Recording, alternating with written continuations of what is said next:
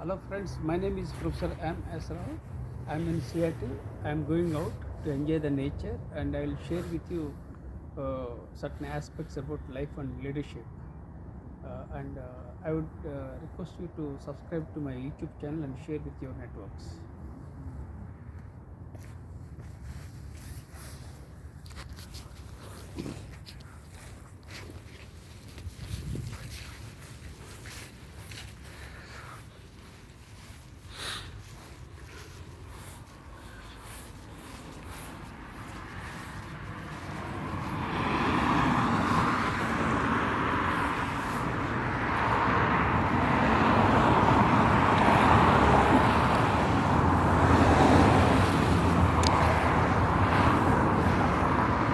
So this is the house where my younger son Ramkrishna Sai lives, and this is in and around our home. It's very beautiful and beautiful place, but I think it was drizzling. It is likely to drizzle, but still I took a risk to come out to enjoy the nature, and also I have a chronic back pain, so I can when I walk I get relief. So I'm walking and talking and I'm sharing my stories with you. First of all, let me introduce myself. My name is Professor M.S. Rao. I have authored 53 books, including the award-winning book titled See the Light in You, for which the Nobel laureate, His Holiness Dalai Lama, has written a foreword. I have 43 years of diversified experience, including Indian Air Force, business, teaching and training.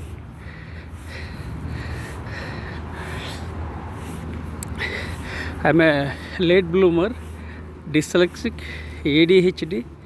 Add to that the brain stroke worsened my health in the year 2021. And I don't get any pension, I don't have any regular income, I don't have two-wheeler, I don't have four-wheeler, and I am 61 years old. I was born into a toxic family and grew up in a toxic environment. So despite all the challenges, I rose from the ashes like a phoenix. So never ever give up, everything is possible in this world. So life is beautiful, life is amazing, life is creative, life is incredible, life is a magic, life is about possibilities. So be positive, never give up, and my blood group is B positive and I am positive by nature. So they both resonates with my behavior, right? So I introduced myself. Now I would briefly explain about Seattle. It's a very beautiful city, and my wife and I came to Seattle for the first time, and we'll be here. I think for the last 3 months we are in Seattle, and we don't know when we'll go to India. So it's our life is unpredictable. Fine. So this Seattle is a beautiful city, and we entered fall season, and now leaves have fallen down, and trees do not have any leaves. Until 10 days ago, I enjoyed excellent viewpoint of leaves with different colors. So now for the last 2.5 months we are into fall season and we are enjoying, and overall it's a beautiful city.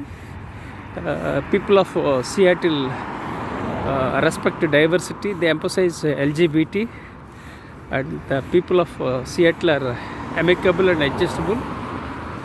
Overall it's a beautiful city, and Seattle is one of the best cities in USA, and my younger son currently lives in Seattle. He was in Dallas, now he is in Seattle. I don't know where he will go to the next place or next country, what that we can't predict, because life is changing so fast. It's very difficult to predict where we are going to the next level, especially in view of the COVID. Things have changed very fast, and technology has changed everything, and AI is dominating, and what comes next we can't predict. But definitely something, what comes next is something different that we can predict. But what is the different that we can't say? Okay, fine. Seattle and Bellevue are twin cities of Telangana, such as Secunderabad and Hyderabad. Both Bellevue and Seattle are closely connected, and we are in Seattle right now, and there is a bridge I observed. After crossing that bridge, it seems we are going to Bellevue. I think it takes around 15 to 20 minutes, subject to traffic. Within 20 or maximum by 30 minutes we can go from Seattle to Bellevue. Okay, yesterday we went and we enjoyed. And Seattle thrives with entrepreneurship, and there are entrepreneurs, and there are some companies they are doing good. Some of them include Boeing. Of course, Boeing has got some challenges. Apart from Boeing, Starbucks, Microsoft, Amazon, Nordstrom, Costco are some of the companies they are operating from here. These entrepreneurs had vision. They worked very hard and started from nowhere, and they came to great. They have reached the heights. So everything starts with the journey. A journey of thousands miles starts with the first step. So these entrepreneurs took the first step of entrepreneurial journey, and a few succeeded. Of course, majority of them failed, and we can't assure about outcomes of entrepreneurship, but entrepreneurship is very challenging. Entrepreneurship is for brave-hearted, not for faint-hearted. I wanted to become an entrepreneur. It didn't work out. Then I moved into teaching and became a faculty member in the year 2010. Okay, that was destiny. So we should encourage entrepreneurship despite setbacks, and not to take a risk is also a risk. So we need to take risk. Life is a risk, and entrepreneurship is more risky, in the sense it's riskier than life, because entrepreneurship means it involves people, various stakeholders. Things are changing very fast. So we start with some vision, and we keep moving, but again things go wrong. Then again we have to align, and then again we have to see that the things are put on the track, and then again we have to keep moving. And sometimes people will leave the organizations, and of course it's their decision to leave the organization. Again they can join also.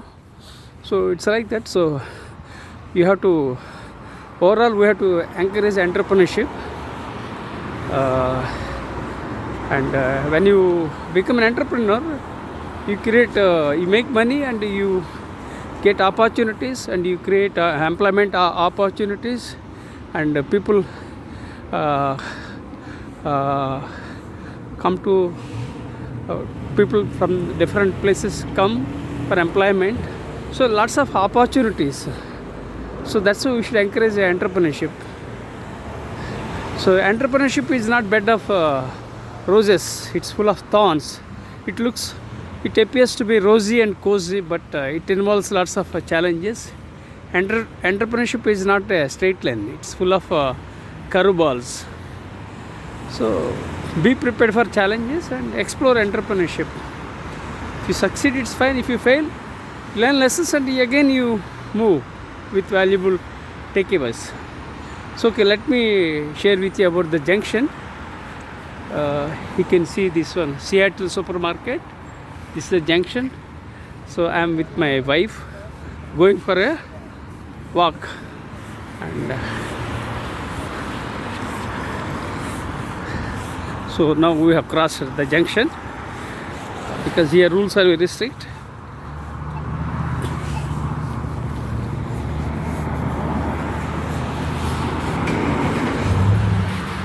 So this is the junction, Seattle supermarket, Lucky seafood market, petrol bunk, Foley Asian market. So all these things are here. This is the junction. People come and shop here. Okay, I introduced myself, then I explained about Seattle story, and I am talking about now I will talk various other stories.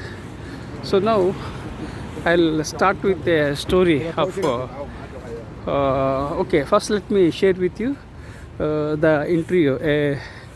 A host interviewed me some 2 hours ago, and I often get interviewed by various people across the world, and it all depends on time zones, my availability and their availability. Then things fall into the place.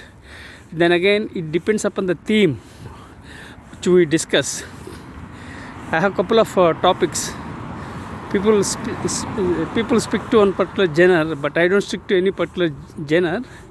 I am jack of all trades and master of none. That is the problem. This is my challenge.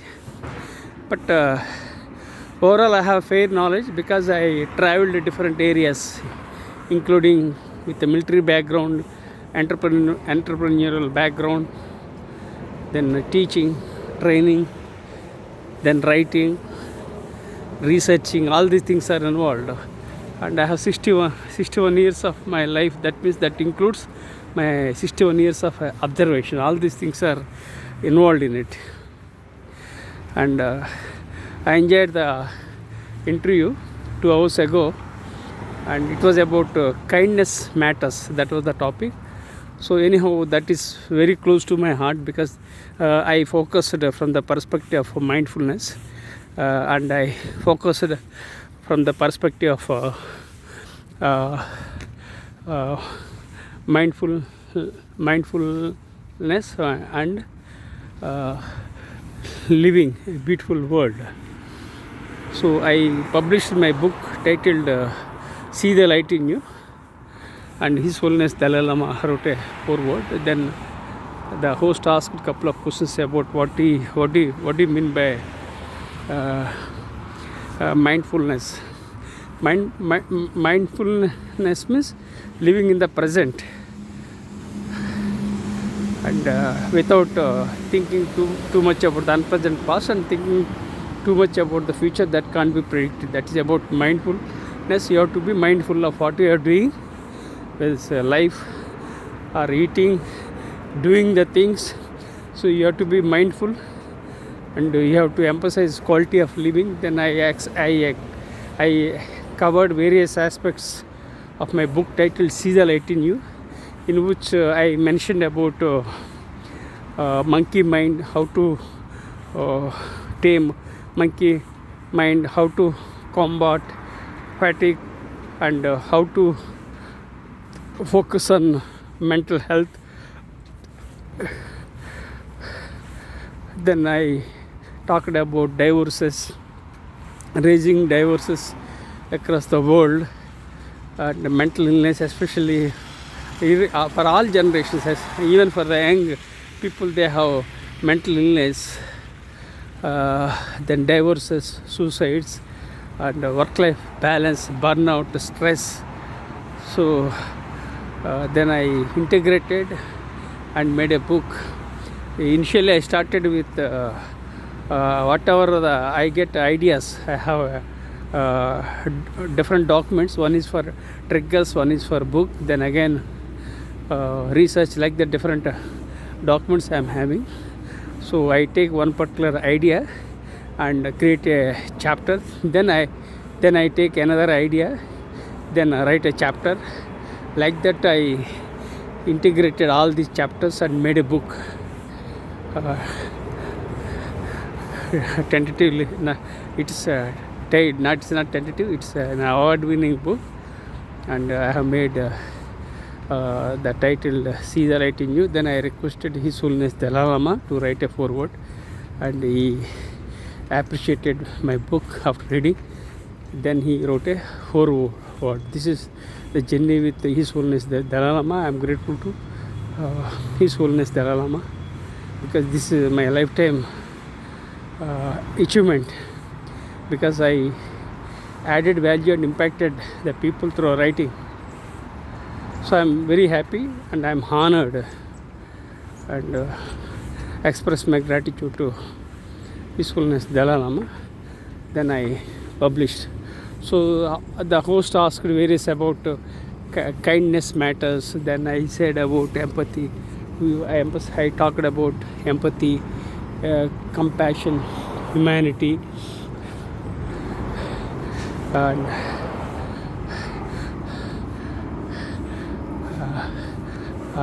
impacting humankind.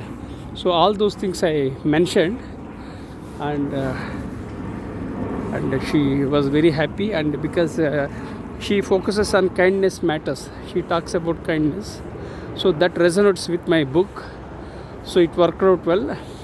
In fact, I think 3 to 4 years back I had a conversation with the host, but the interview was never materialized. Now 2 hours back the interview was done. I felt happy and excited, and only when things fall into the place, things will work out. So but I was persisting, and finally things fell into the place, and the interview took place. So we should persist, and when the time comes, then only things will to the place. So when it's an echo, so if you do good things will come back to you. So I tried. So universe is everything. So life is an echo. So I mentioned with her, and now the interview was published. No, I took an interview. So and I requested to send me the raw video of the interview. If I get that raw video, then I'll upload on my YouTube channel. I have 3 YouTube channels and 4 blogs, and I have been blogging since 2007, and I am passionate about acquiring knowledge and sharing my knowledge. So these are the aspects I discussed during the interview, and she asked so many things about entrepreneurship. Then I talked about briefly about entrepreneurship. Entrepreneurship means it's a very challenging one, and it's not a straight line, but we should explore entrepreneurship, but we must be embrace failures and learn lessons and move on. So that was one aspect. Then kindness, mindfulness, little bit about leadership. Then I talked about soft leadership, and the soft leadership is a new direction to leadership. So all these aspects I discussed with her. I don't know how much time it took. It took maybe less than 30 minutes. I think the interview took place, and hopefully you can enjoy this interview. And I upload my videos regularly on my 3 YouTube channels, and one of the YouTube channels I upload, you can enjoy. So please consider subscribing to my YouTube channel, so you will get updates. And The takeaway from her podcast, the takeaway from that podcast was that I create stories and share stories and to impact humankind. That means I create stories and share my stories, make a difference and impact humankind. So this is about it. Then an idea has flashed on my mind about my philosophy, Professor M.S. Rao's philosophy, because in one of the interviews, the interviewer asked me about my philosophy. Then that idea flashed on my mind, so why not to work on that? Because I had a diversified experience, so why should I not create a new philosophy? That is Professor M.S. Rao's philosophy. So I started a new document. So once and I nibble the elephant. That means I do things little by little. I can't do at a time, and overnight it's not possible. If you cast a stone, you get the ripple effects. So that is about life. Too many little drops become a mighty ocean. So like that. So I want to create my own philosophy, and it's not a fixed philosophy as such. Whatever strikes on my mind, I am planning to write my own philosophy. And I am very curious and creative by nature, and I have different models, methods. I created frameworks and perspectives, rules. I did that, and I am still doing. So I will talk about Professor M.S. Rao's 4am rule, which I started, I think, recently. So let me tell you what is all about Professor M.S. Rao's 4am rule. I have been waking up at morning 4 o'clock for the last 17 years. I think in the year 2007, I think I started waking up at 4 o'clock, and I have been writing, reading and sharing my knowledge with the students. So these are all the things I have been doing it since 2007. So it's not exactly 14 and more than that. I think 17 years, I think. So an idea has flashed on my mind to work in that direction, and created a new rule, that is Professor M.S. Rao's 4am rule. The trigger, there are a couple of triggers. The main thing is that I am an early bird, because I served in the Indian Air Force, and at the age of 18 I joined the Indian Air Force. So I started waking up, and we went for health run every day morning.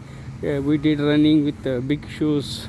So very military life was very challenging, but I led that kind of challenging life, that in teenage. So I was molded accordingly. And another aspect is that I have been hitting gym for more than 40 years. This is one more aspect. And I have an idea of, I have my own idea of creating things, generating things and destroying the things. In the sense, I wake up morning at 4 o'clock and create my own content. I write, read and so many things. I generate a lot of knowledge because of my diversified experience. I connect the dots, and I share with the people, especially students. Then in the night, what I do, I destroy unwanted things and folders from my documents and folders, and I start the following day on a clean slate. So precisely, I am the creator, I am the generator, and I am the destroyer. This is one more trigger that led me to create Professor M.S. Rao's 4am rule. Still the research is going on. So I will briefly explain about Professor M.S. Rao's 4am rule. Every day morning I wake up and I create knowledge, read a lot. Of course, for the last 3.5 years, I am not able to type with my right hand. I can't eat with my right hand, and I have health challenges.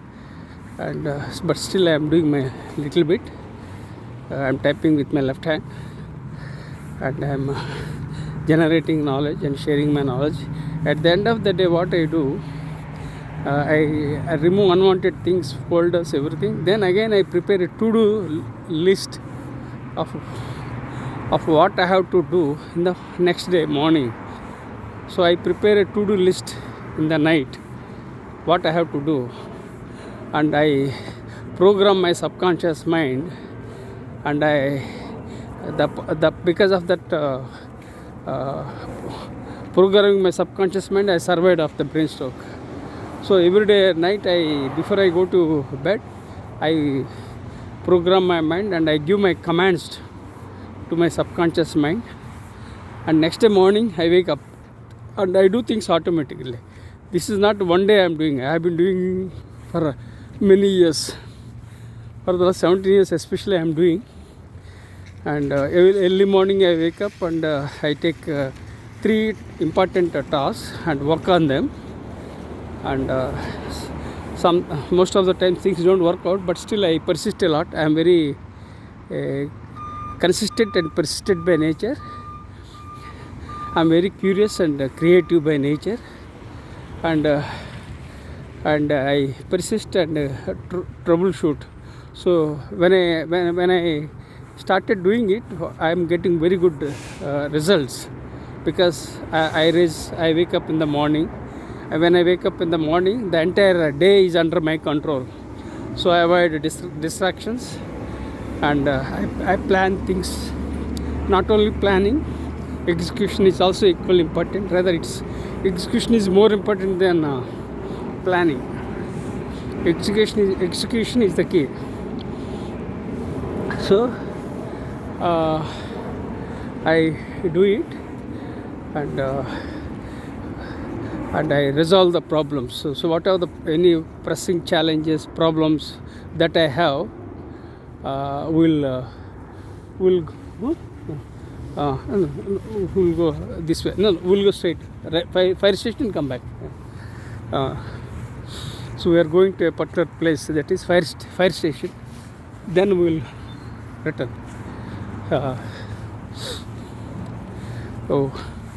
So and there are some advantages of being an early riser or being an early bird. When you wake up in the morning, the entire day will be under your control. That's one thing.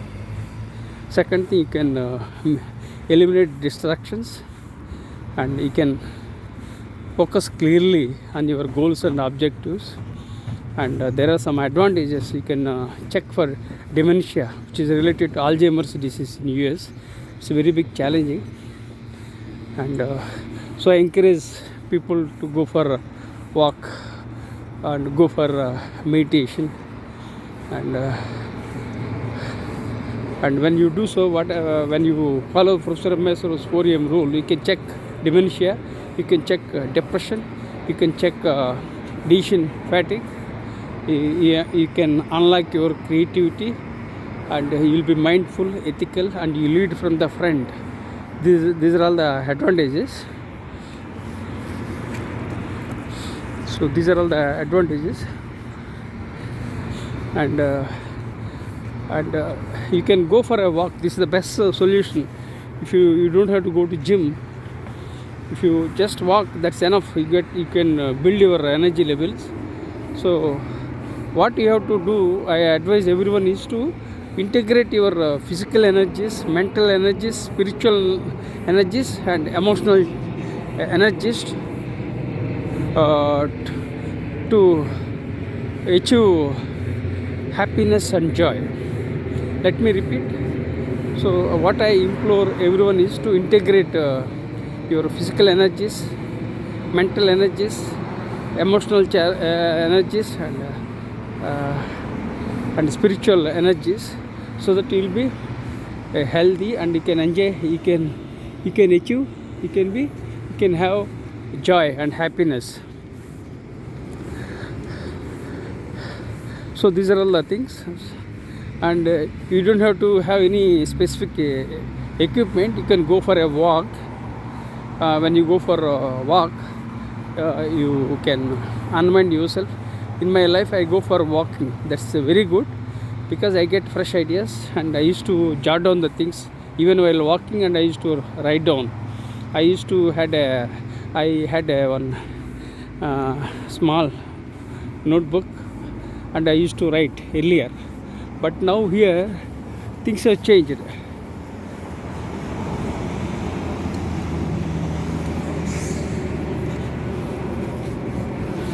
So I'm giving directions. Okay, I'm going with my wife. So you go for a walk, and you can enjoy a walk, and you can go for meditation. Meditation is best actually. When you meditate, you can tame your monkey mind. You will be focused, and you will be happy, and you get lot of joy, right? So there are so many advantages of following Professor M.S. Rao's 4am rule. So let me go to a place and come back. This is Seattle fire station.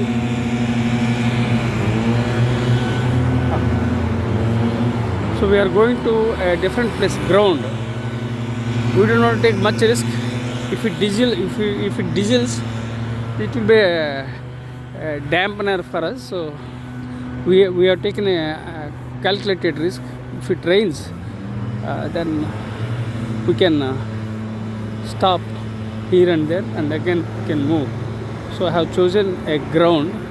It's a very beautiful ground, play area, and there is a washroom also, and people enjoy. You know this one. Come like this.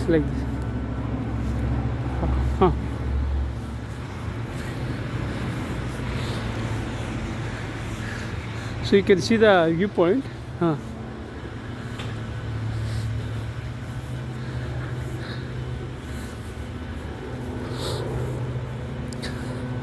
So I implore everyone to follow 4am rule, but it's not possible for everyone because people have different circadian clock, and secondly some are night owls, and we can't force them, but it's good if they wake up early. And again, people work in different time zones, in different sectors, and you can't force them to stick to that because they have their organizational commitments. So accordingly they have to do it. So you can take only whatever is relevant. I don't force the people, and it's not good also to ask people also to stick to the deadlines. It's not possible in real life, but as far as possible, if you wake up in the morning, there are multiple advantages. So this is still I am doing a lot of research about Professor M.S. Rao's 4am rule, and as I said, I do a lot of research activities, and I published 300 research papers, and I published more than 1,000 articles in my lifetime. I serve on the editorial board of DL of Emerald, and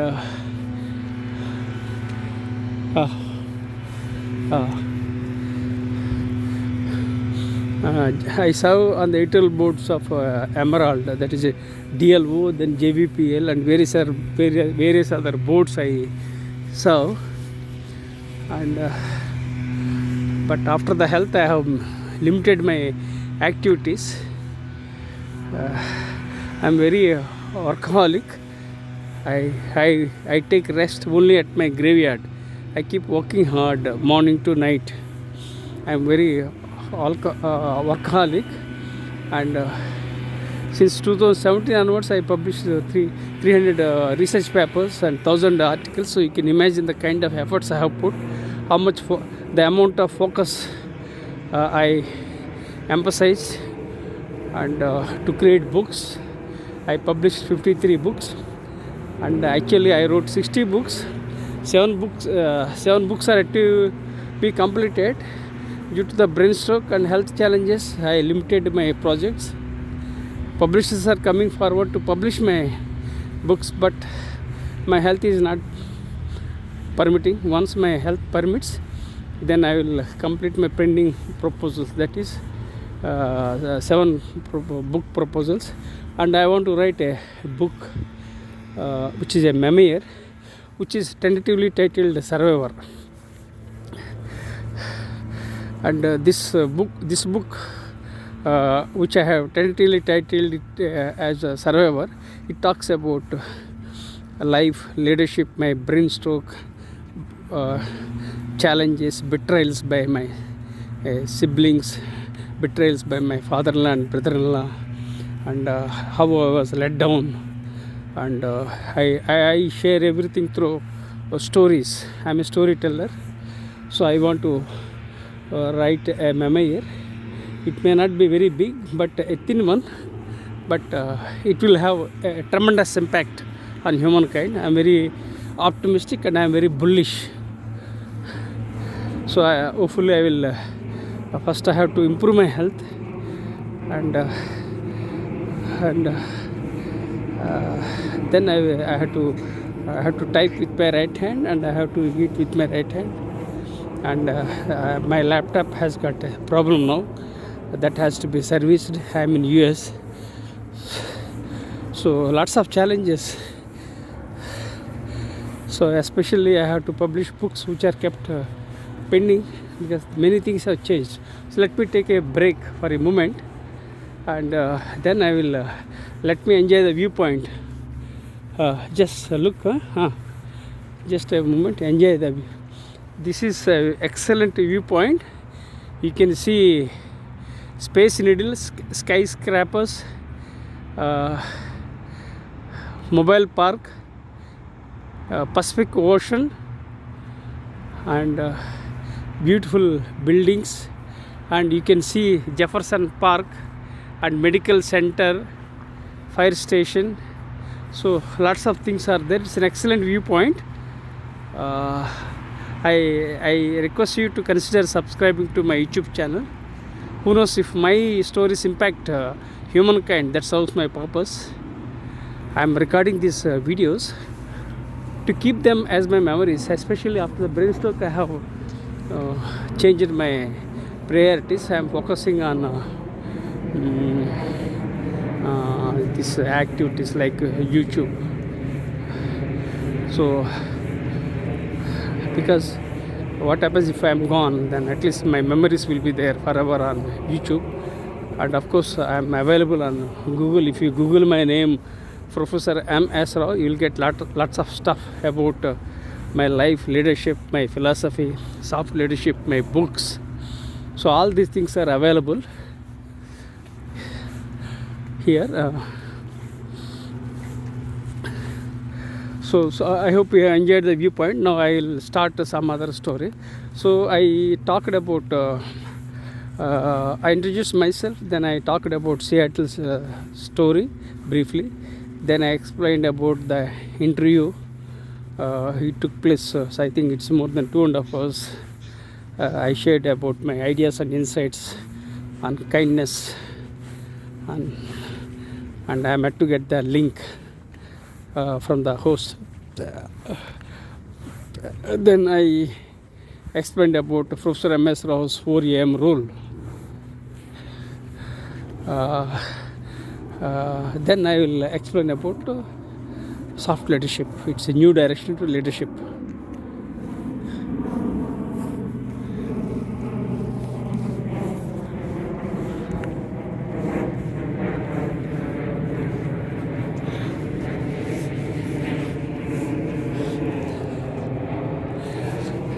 Yeah, here there are 2 airports in Seattle,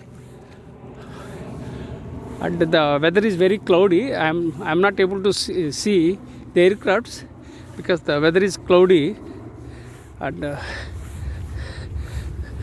Weather can change at any time here. There is no assurance about weather, especially in Seattle. Sometimes it is sunny, sometimes cloudy, sometimes it rains, sometimes it drizzles.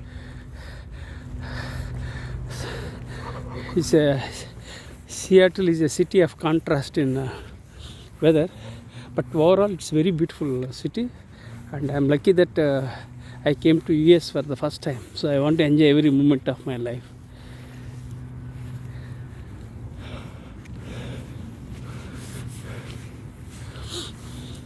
So I'll explain about soft leadership. Let me briefly talk about my profile. I was born on October 1963. I was born on October 31st, 1963, in a tiny village, in a toxic family, and grew up in a toxic environment. And for 18 years, my life was very chaotic and complicated.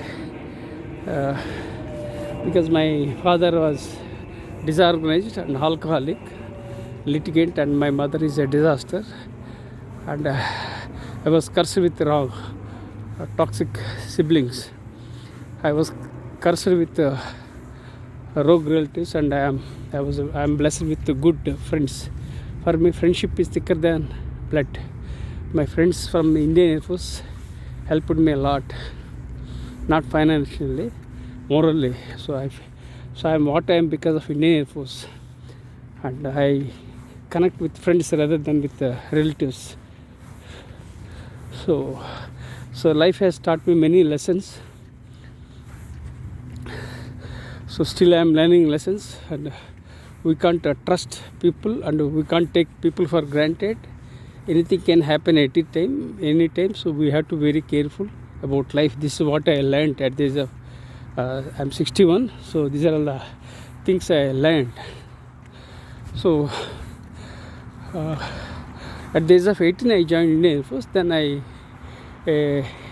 acquired 6 qualifications from Indian Air Force through private education. They are DME in aeronautical, BSc from Andhra University in India, and which I discontinued. Then again I continued. Then again I acquired MA in sociology, MBA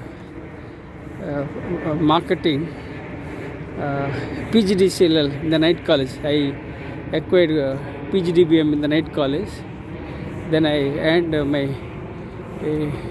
PGDBM for 2 years course from Ministry of Defense. So these are all the 6 qualifications I earned, all through private education. I used to go to far distant places to acquire knowledge. I have hunger for acquiring knowledge. Books are my best friends. I don't have any friends. Books are my friends, and I'm a bookworm basically. So this is about my life. This is my philosophy, and so life has taught me many lessons, and I kept moving. So let me see people. I think somebody is skating. Skater is skating something. So you can enjoy beautiful viewpoint here. You can see Jefferson Park, and so these are all the places I'm enjoying.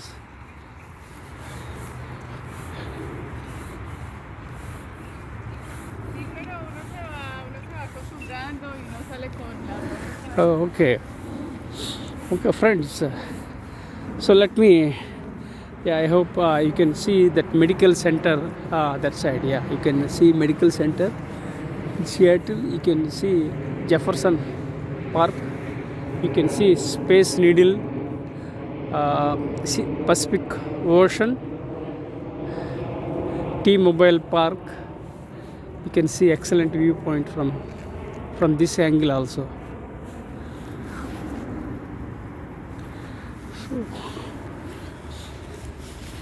So I'll okay. And then what happened? I acquired 6 qualifications, and I served in the Indian Air Force for 12 years. Then my father invited me to join for business. So I joined for business. Unfortunately, my father-in-law and brother-in-law backstabbed and betrayed. So I landed in further problems from my home and toxic family, then again problems from my father-in-law and brother-in-law. So lots of challenges I encountered in my life, and then again I became a faculty member in the year 2007 and became a faculty member, and I joined for Ph.D in the year 2007, and 2011 I earned my PhD in soft skills. 2010 I started writing books, and I published 53 books. And 2011 I earned my PhD. Then I connected soft skills with leadership and created a new leadership perspective that is known as soft leadership. It's a very big story why I started soft leadership was I was teaching for I was conducting MDP programs, and I was teaching for EMBA students and MBA students. Then students asked for new leadership perspective, because the old style of leaderships might not work. For example, we have lots of leadership styles in the world: autocratic, democratic, laissez-faire, like servant leadership, so many leadership styles. So I felt that there was a gap. So whenever there is a gap, I'll close the gap. Then I was thinking, and I got my PhD. Then I started doing further research. Usually after earning PhD, people relax, they become complacent. But I'm not complacent. There is no saturation point in my life. As I said, I take rest only at my graveyard. Whether I succeed or fail, that is different, but I keep adding value and impacting. That's my job. So I integrated soft skills with leadership, because PhD in soft skills and leadership is close to my heart. Then I coined a leadership perspective, that is soft leadership. So I'll briefly explain about soft leadership.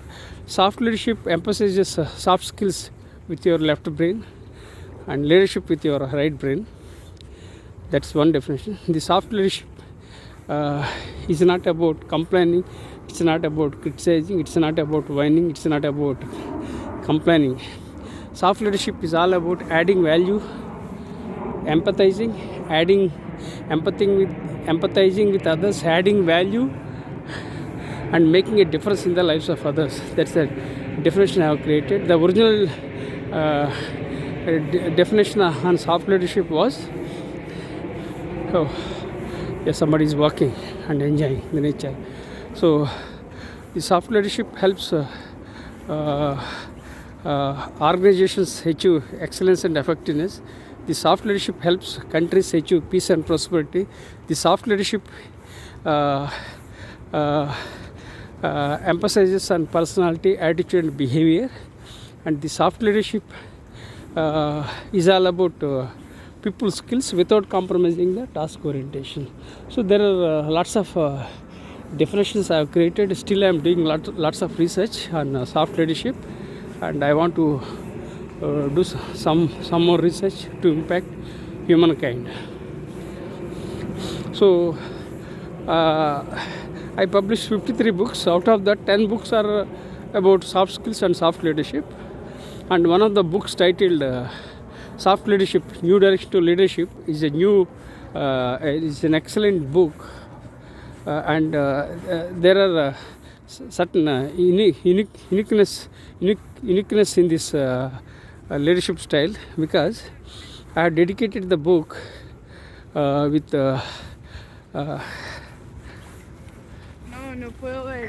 I dedicated the book titled Soft Leadership to Peter Drucker, who is known as the father of modern marketing.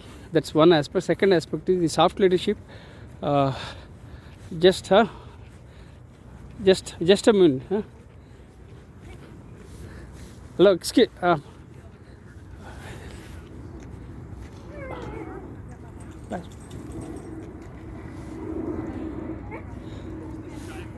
Okay, okay.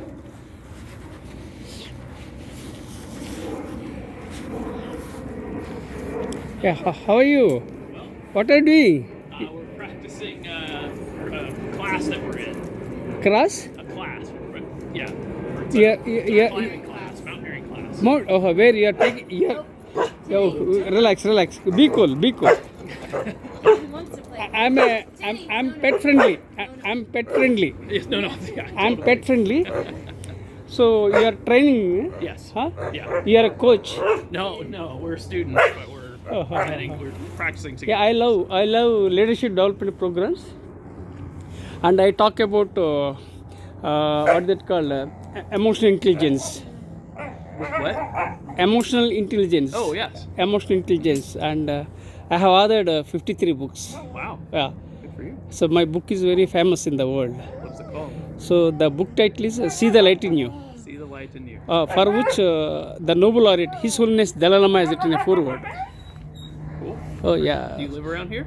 Yeah, I'm with my younger son, and I'm from India. So I came with my wife to go for a walk Ah, nice. Yeah. to enjoy the nature. Yes. It's a lovely. We should definitely go down over the bluff here to the food forest. Yes, yes, we went and enjoyed. Anyhow, take care. Your name, please. Justin. Huh? Justin. Justane. Justin. Justin. Yep. You are justified. You are justified for that name. Okay, take care. Bye.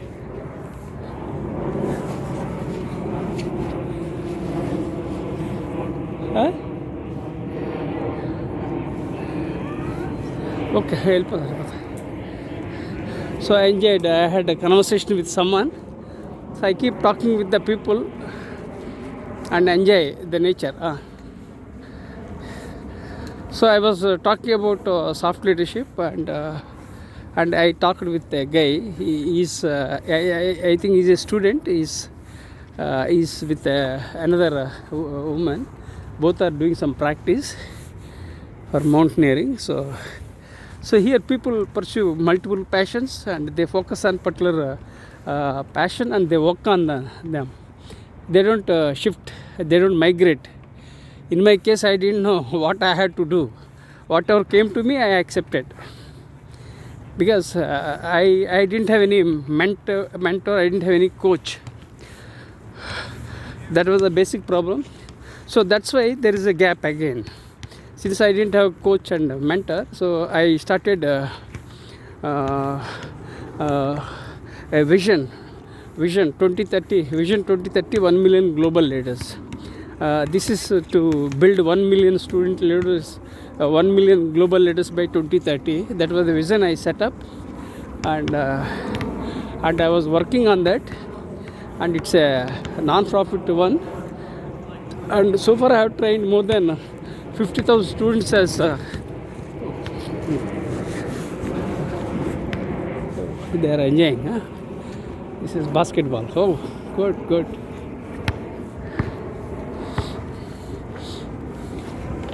So here these two guys, they are enjoying.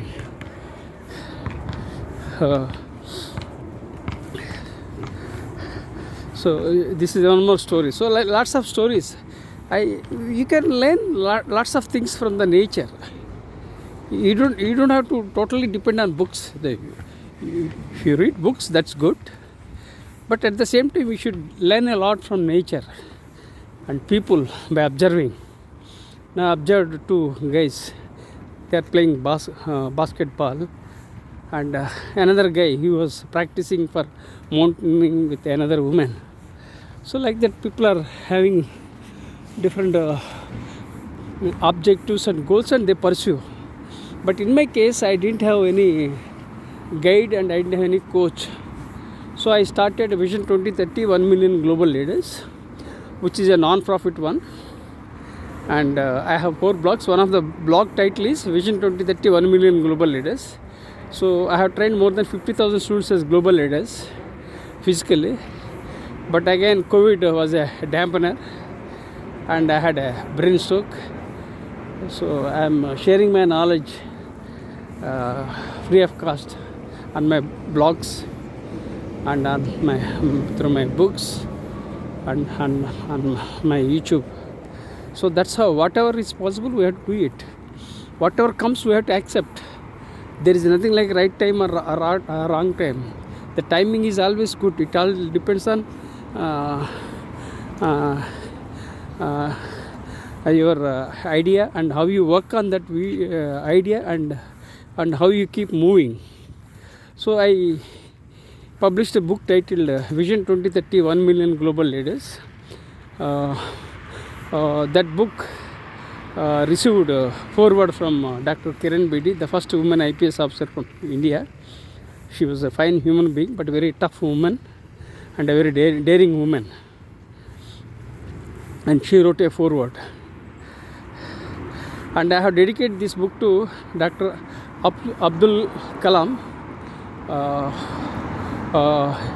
He's the former president of India, because I admire Dr. APJ Abdul Kalam very much. So that's how I started doing. Why I created this vision means Vision 2030 was that I belong to I can't claim to be a baby boomer. Gen XY. I belong to Gen X. So the next generation, that is X, means YZ. They are young people, and they are very powerful, and they are rightly placed with a demographic dividend. So they have a lot of advantages. Then I started a Vision 2030 1 million global leaders to groom students as global leaders. So that's how the journey I started. But things didn't work out because of COVID and my health challenges. But it's okay. But whatever is possible, we have to do it. You can't blame the people, circumstances, but you have to avail the opportunities. Whatever the opportunities you get, you avail them. Don't complain. And to be successful, a right person should be in the right place at the right time. But that synergy usually doesn't take place, because everyone has challenges. Most of the people have challenges, and they keep fighting against the destiny, and they keep moving forward. Very few people succeed, but majority of the people fail. Those who failed, they are not fools. Sometimes people think that they are stupids or something of that kind. It's not in that way. They have priorities they wanted to do, but things didn't materialize. But when you believe in your dreams, when you follow your dreams, and you can achieve anything and everything in this world, that's what I believe. I was born in a toxic family. I don't have two-wheeler, four-wheeler. I have mental challenges, physical challenges, financial challenges, and I have a chronic back pain, internal allergies. I'm 61 years old. I don't have financial freedom. So lots of challenges, but still I'm moving.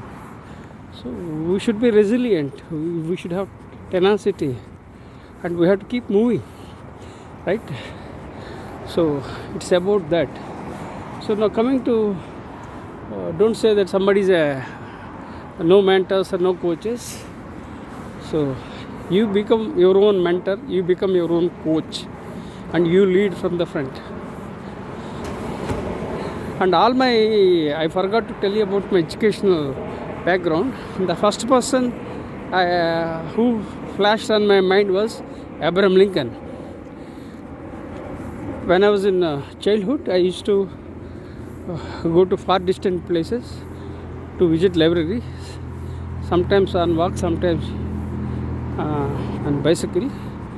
And I went to library first time. Then I saw a person, Abraham Lincoln. I didn't know about Abraham Lincoln. Then I read in Telugu. I started with Telugu language. Then I came to know that Abraham Lincoln failed too much. Oh, great man, he failed.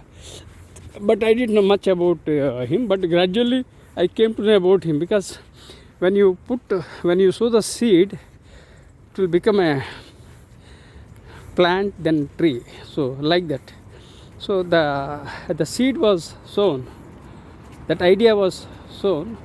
Then I started working. Then I often mention about Abraham Lincoln, and gradually I came to know that Abraham Lincoln was a very powerful leader. There are lots of things he did it. So then I researched a little bit. I understood. Of course, in those days we didn't have any YouTube, no technology. So still I have a problem with the technology, and I'm not a tech savvy. I wanted to acquire the basic knowledge about and technology, but again COVID was a dampener, and I was on the bed for 1 year. I had lots of problems, right?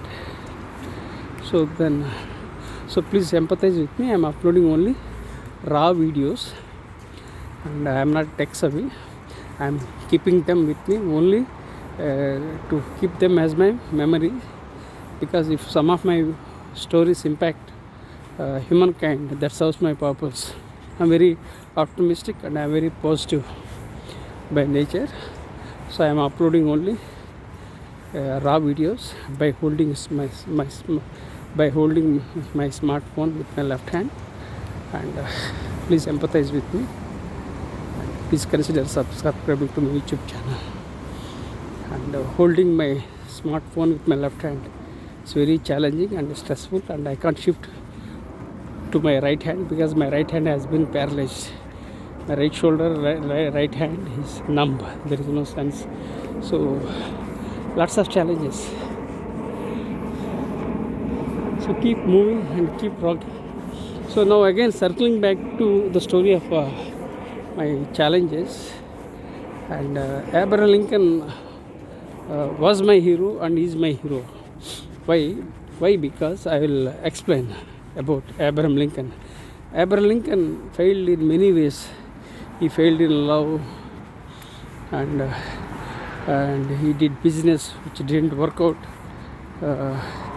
He failed in many ways in politics, but when the time came, he rose to the occasion. He changed the destiny of America. That was greatness of Abraham Lincoln. When I talk about Abraham Lincoln, I get goosebumps automatically. So hair raising situation for my, you can imagine when I have goosebumps when I talk about Abraham Lincoln. So you can imagine how much I admire Abraham Lincoln, and I read his books, and I watched the Lincoln movie in theater and OTT platforms also. So really I enjoyed. And Abraham Lincoln was resilient, and Washington was persistent. Both are great American leaders, and whenever American leaders had any problems, they would look out to only Abraham Lincoln. Whether they are Democrats or Republicans, they look up to Abraham Lincoln. And let me share with you, Abraham Lincoln was the 16th president of America and the first Republican president. Yeah, so this is one more that's flashed on my mind. So this Abraham Lincoln has done so many things. He did lots of things. He abolished slavery, and second, he integrated America as a one nation. Third, he modernized economy. Fourth, he strengthened federal structure. So there are lots of things Abraham Lincoln did it, and he managed his rivals. Because in democracy, what happens? People oppose deliberately, and we can't help. It's part of the game, right? So Abraham Lincoln managed opponents and convinced and succeeded as a president. And democracy is for the people, by the people, of the people, said Lincoln.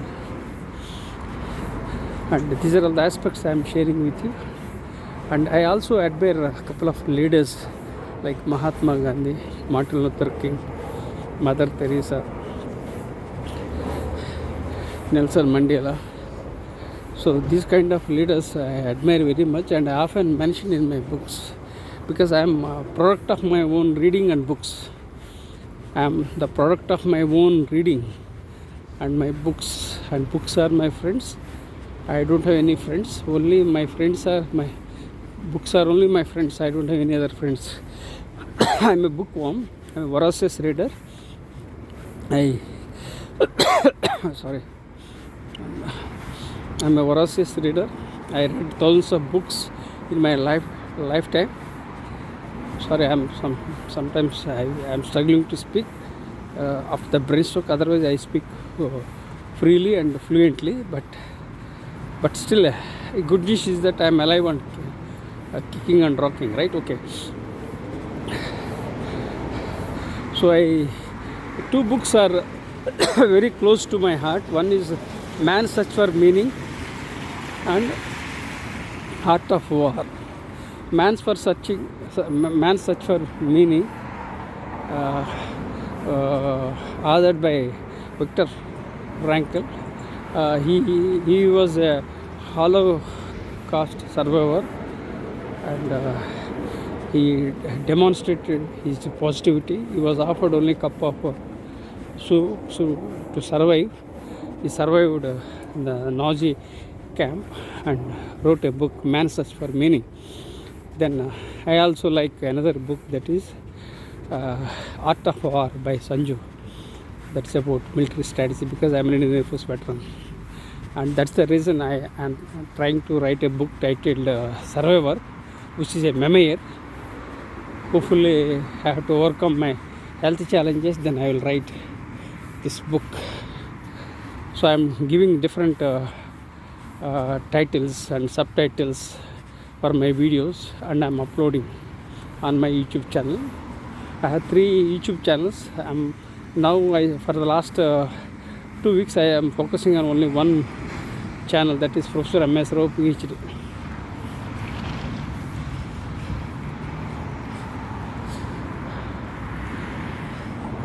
So I read thousands of books in my lifetime, and I read the books of Mahatma Gandhi.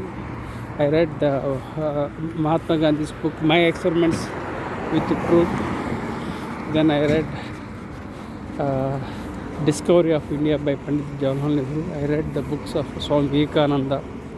I admire Swami Vivekananda. He's a youth icon, and I dedicated one of my books titled Student Leaders to Swami Vivekananda on the eve of 150th birthday anniversary. So like that, I dedicate my books to the people who I admire. So this is about my books and writings, and lot many things I have to do, and I will definitely do it. First I have to improve my health. I have to improve my mobility of my right hand, and I have to overcome my numbness. So when I do so, definitely I will write books. And there is some divine force that was driving me to keep moving forward, because after the brain stroke, literally I would have been dead, but I survived after the brain stroke. So there is some divine force that was driving me, and because of that I came up to this level. So I'll share with you about my story of brain stroke, how I encountered the challenges. So first let me wait at the junction, then I will start. So 2019 pandemic was declared.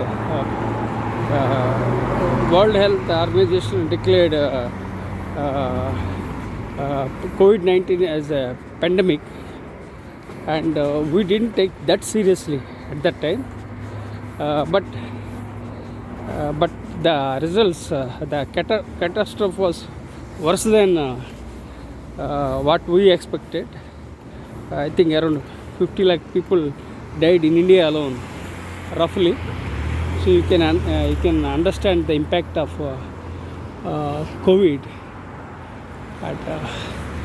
First lockdown went on well, and I also wrote a book, COVID-19. That book I have dedicated to the present Prime Minister of India, Mr. Narendra Modi. And I keep dedicating my books to various leaders because the leaders who I admire, I dedicate my books. That's what I do it. So, yeah, now I got a clearance. Then I will circle back to my story. So let me take a break. Moment. Now I got clearance. Okay. So during the first lockdown, people had were cautioned, and we were confined to homes, and because of the COVID, and I utilized my time at that time. Then I wrote a book, COVID-19, that I have dedicated to the present Prime Minister of India, Mr. Narendra Modi ji. Then I gave interviews. I was invited to speak, and I delivered interviews. That's how I utilized my time, and that was the situation. Then again, things were coming to normalcy. Then I again went to gym, subscribed for 6 months. Then again, when I wanted to subscribe for gym for 1 more year, so suddenly the second lockdown was clamped in India. So it was a big blow in India for humankind. And my wife and I had COVID, and I had a long COVID brain fog, and I was recovering of the brain stroke. Unfortunately, I collapsed because of brain stroke, and it's very critical situation in my life. Very, very critical. Why? Because we didn't have money. I was with my wife, and I didn't know what I had to do because I collapsed, and very challenging. Then my elder son and my wife took me to hospital. It was the most critical moment in my life, and my right portion of the body was paralyzed, and we were shifted to 3 ambulances, and we didn't have beds, lack of beds.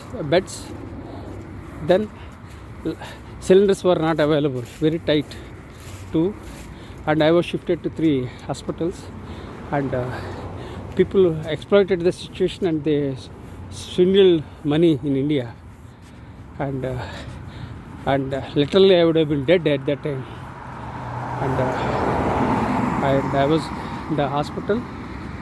And of course, one thing that drove me was that when I collapsed, then I was I was giving commands that yes, I'm all right. That's what I was telling. I unlocked the power of subconscious mind, and I was repeating commands positively. Yes, I'm all right. Like that, I was giving commands, and doctors thought that I won't survive. I proved them wrong, and next to my bed, a guy was died of COVID, and his dead body was kept. So I saw people dying in front of my eyes. In my street also, a guy died, and doctors thought that I won't get up. I would be on the bed forever. Then again, I proved them wrong. Then I woke up from bed, and I started walking. We did physiotherapy exercises, and my younger son paid the bills, and money problem, lack of cylinders, lack of beds. Second lockdown was clamped in India. Very difficult situation in India. So you can understand, when I crossed these many obstacles and survived, So I was born to do something big. I was born to impact humankind. I strongly believe in that. And some divine force that was driving me, that was making me move forward. And because of that divine force, I started moving. I'm walking slowly, and still I am not able to walk properly, but I'm walking and I'm talking. I'm using blood thinner, and I have to use blood thinner again to avert a stroke second time. So then for 1 year I did physiotherapy exercises. Then I started going out with my wife to enjoy walk, because I wanted to walk, and because I was forgetting at that time. And after a stroke, people likely to forget the things, and they repeat the same things. Now also I used to repeat too much. Now also I am often repeating the same thing after the stroke. So the good news is that I survived. So I was born to do something big. I was born to impact humankind. I'm very bullish. I'm very optimistic. So after crossed all the battles, and I won the war, and I became victorious, and I'm very happy. I'm grateful to God for giving me this opportunity to live. So be positive, never give up, and we are gifted with a limited span, limited. We are gifted with a limited lifespan on this beautiful planet. So identify the important challenges, address them to impact humankind. Money comes and goes. People are born, people die, and people are born and die. But the humanity must survive, and humanity trumps. Humanity is everything. Education is everything. Humanity is everything, and humanity trumps. People are born and people die, but humanity trumps. So the messages I would like to share with everyone is that embrace failures, embrace change, and embrace technology. You have to harness technology for social good, and again ensure that the technology doesn't become a Frankenstein. Ensure that the technology ensure that the technology doesn't go to wrong, bad actors. So focus on good actors and harness technology for social good to impact humankind. So precisely the message from this video is that I create my stories and share my stories to make a difference and impact humankind. This is the final takeaway from this video. So now I have reached my home. Then I think now I told it's very stressful and painful to hold with my left hand, that too with chronic back pain and with the chronic problem with my right hand, and with internal allergies I'm holding with my left hand. That too Seattle climate is very chillish. Of course there is no rain, but it's very cold here in Seattle. So everything happens for a reason. All that happens for a good. So be positive, be optimistic, keep moving and keep rocking. Life is amazing, life is great. Enjoy every moment of your life, because after the COVID I realized how fragile the life is. Otherwise I was taking everything for granted before COVID. So COVID opened my eyes. I started living mindfully. So I started enjoying every moment of my life. So you can see the aircrafts flying over the cloud. I think you can't see it. Now we are on the aircraft is over the cloud. So So friends, I'm now I'll go back. So let me see. So friends, I prepared everything. I prepared everything because of the rain, coat, everything. It's very cold here. I'm enjoying in the life in Seattle. We don't know what happens next. So enjoy every moment of your life. Be positive and be optimistic. Life is incredible with gratitude.